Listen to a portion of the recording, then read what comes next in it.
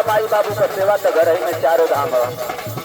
माई के चरनिया में बसल चारों धाम का रिश्ता ये टूट माई बेटवा के नाम पर।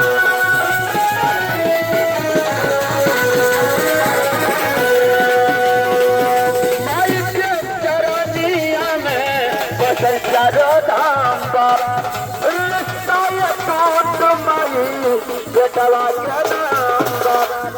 दिगंबर बोध के माई करवा लगाई हो माई के हियरवा अपना, माई के हियरवा अपना लालच जुड़ाई हो माई के हियरवा।